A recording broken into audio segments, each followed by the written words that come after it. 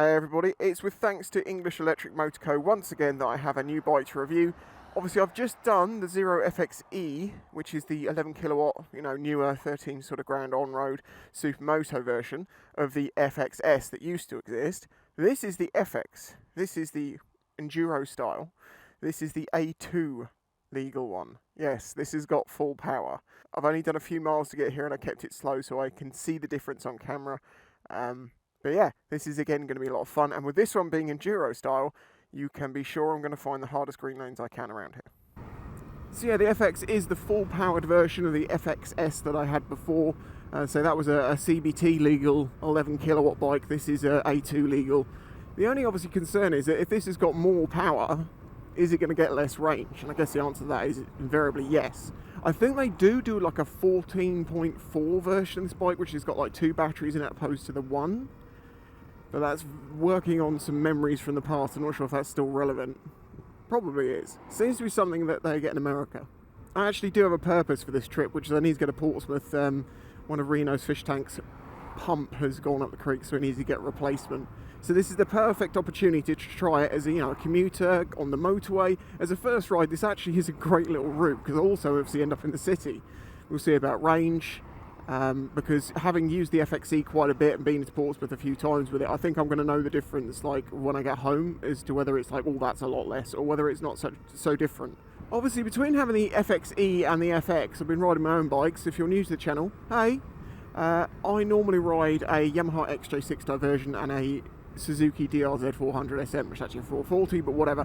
It's a supermoto, so I'm very much into my supermotos, and I've said I absolutely love these electrics. And I will say that when I went from the FXE back to my DR, I had a slightly strange feeling of like, this actually feels a bit old school. Like I know it's like, there's grease all over it here and there, it needs to warm up, and there's loads of just finicky things about it, and it started to feel like a steam train to an electric train. But it's the feeling I got between the supermotos is interesting. Right, well, eco mode. Well, it's still quick. Custom mode. Sport mode.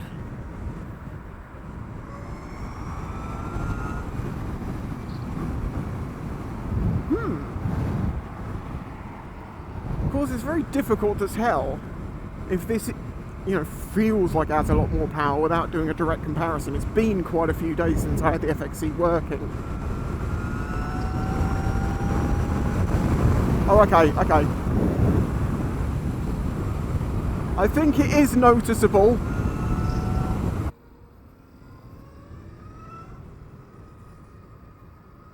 Obviously, 21-inch rim makes it feel a bit different, but it actually turns really, really nice with it.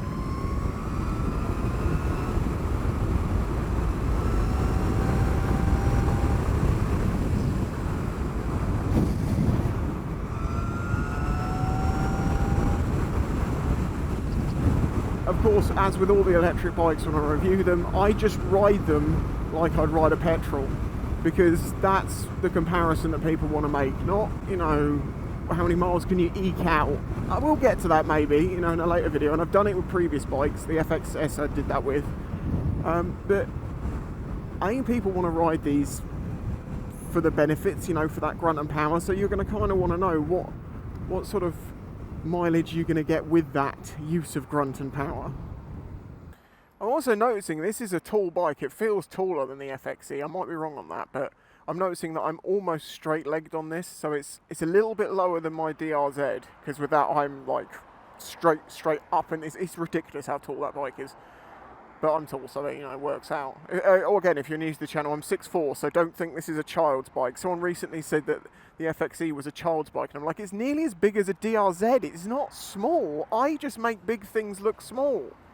So obviously, with this being a more off-road orientated bike, I am planning to take this green laning, as I did with the FXE, but onto some slightly more intense lanes. So if you remember when I hit 100k, I said I'm going to do a few old favourites to celebrate hitting 100k. Well, I was going to go back to Nemesis Hill. If you don't know what Nemesis Hill is, it's a very steep hill that I managed to get a few different 125s up, and I thought, wouldn't it be cool to take an electric up it? Well, unfortunately, they closed the lane, so I can't do that. So I'm going to try and find the most intense bits of the ones that are left and do all of those. Well, at least we're in the city for a good city test. I'm in an eco, and I can say for sure that this has definitely got enough pep to, you know, pull you out of places. I've just noticed this bike says it's got 68 miles. I didn't think it was new. So unless that's showing a trip and I'm not realising it, this might actually be another brand spanking new one. Oh God, don't scratch it. Well, that was refreshing. Gonna have to give a massive shout to Maidenhead Aquatics in Southsea. Basically, Reno, my other half, who has a couple of fish tanks, had a problem with one of the pumps. And I have a problem because I haven't turned this bike on. Had a problem with one of the pumps on a tank, and we thought it had gone finally because it's ancient. So I went in there and said, yeah, I think this pump has gone. I know it's really old, so if we can't find a replacement pump, we have to do our whole new housing and stuff in, a whole new filter system. We can do that, it's not a problem. Which gave him the primed opportunity to turn around and just go, fine, I'll sell you this. He went, well, hang on a minute, mate, let's have a look at this one. Tried a few things and then realised that you could pull, well, I didn't realise this, he knew this, you could pull the centre of the pump out. I didn't realise that one did it as well. I knew the other one kind of did it, but it didn't look like that one did. Well, anyway, sure enough, he took it apart, cleaned it, and it's now working perfectly.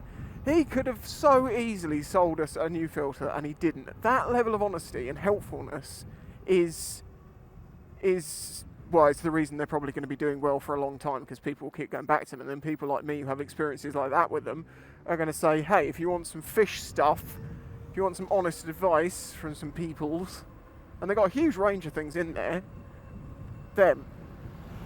Thank you, mate, appreciate that. That was unusually honest. Well, all that's left for me now is to leave the city and have a bit of fun on the way home. I've still got 70% charge on this. That's pretty impressive. Doesn't seem to be affecting the range.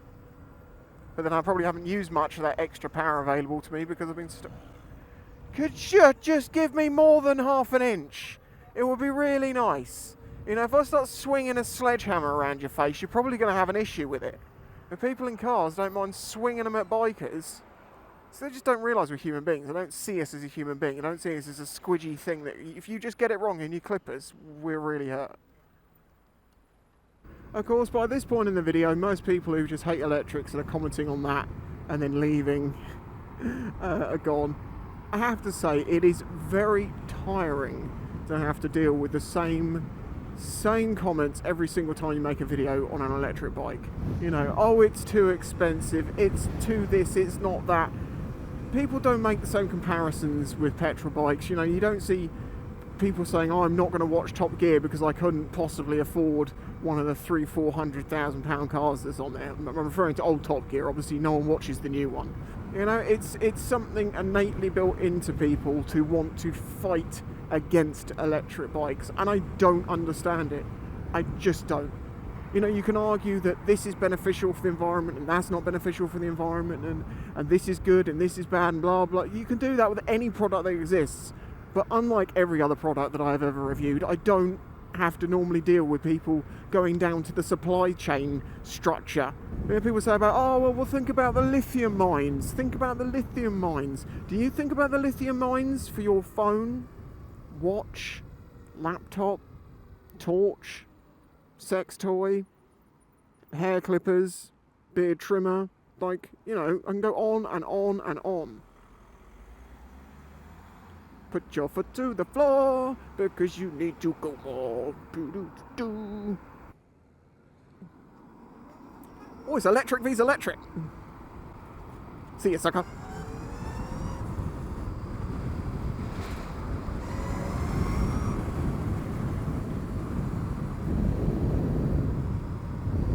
No, electric Mini, you got done over by a Merc.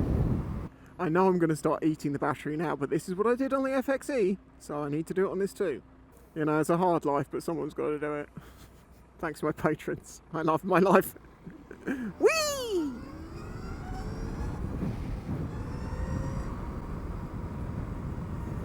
Don't crush me to death, please.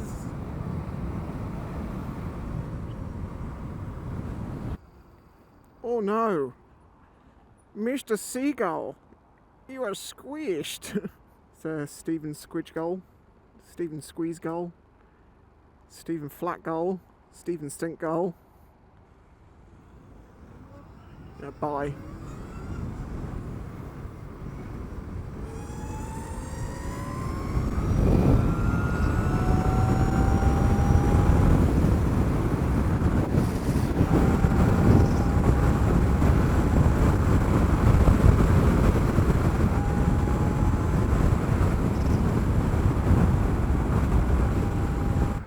Okay, I'm going to say you can't really notice the difference in power with a bigger one. I mean, I feel like for a moment, like there's this extra amount of pull, but that goes away, and it does slow down as it gets above 70. It feels very much like the 11 kilowatt. So, you know, what Alec from English Electric said to me was you probably won't notice the difference between the two. It's not as grand as it would seem on paper. And he's right, it doesn't feel that way at all. It's still more than enough. Although for people on petrols, are used to a lot of grunt at 80. Yeah, you're basically running out at that point. There's nothing left really.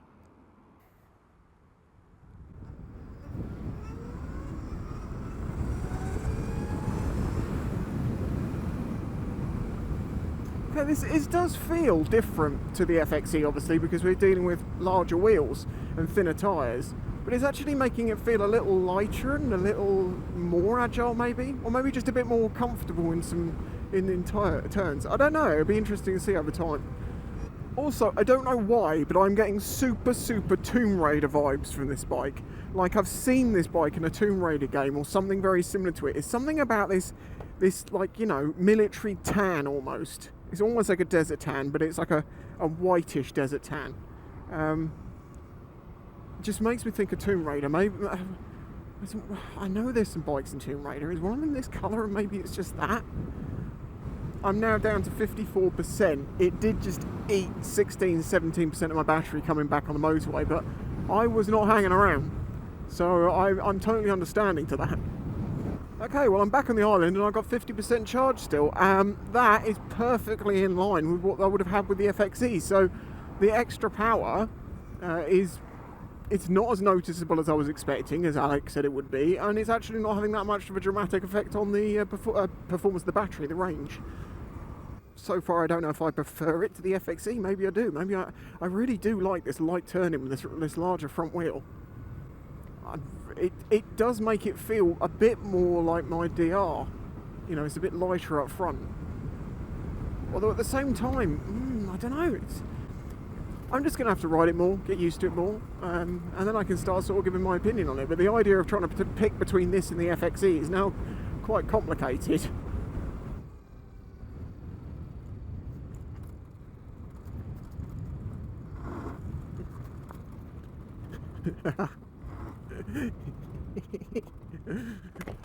Oh God, these things are Larry.